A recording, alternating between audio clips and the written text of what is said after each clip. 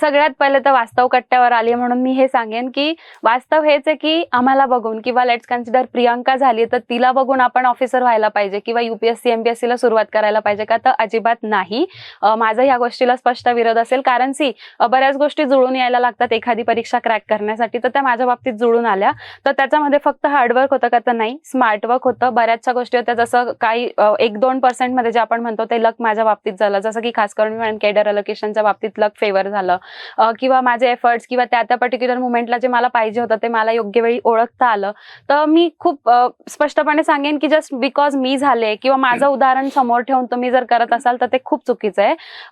सुरुवात करत असतानाच स्वतःचं स्वॉट अनालिसिस करा. जसं मला वाटायचं ही गोष्ट माझी स्ट्रेंथ आहे आणि ही गोष्ट माझी विकनेस आहे, तर त्या माझ्या स्ट्रेंथ आणि विकनेसवर मी खूप चांगलं काम केलं होतं म्हणून मी इथपर्यंत पोहोचली आहे. तसं मला बघण्याऐवजी पहिले स्वतःचं अनालिसिस करा आणि एक्सटर्नल मोटिवेशन वर्क नाही करणारे जोपर्यंत आपले एफर्ट्स आणि आपलं डेडिकेशन तेवढं नसणार आहे.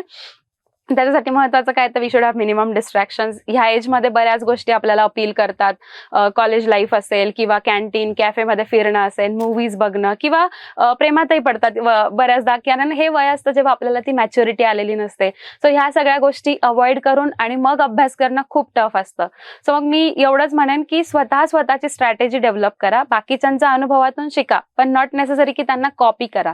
सो आपली आपण एक स्ट्रॅटेजी डेव्हलप करून मग आपण होऊ शकतो अधिकारी.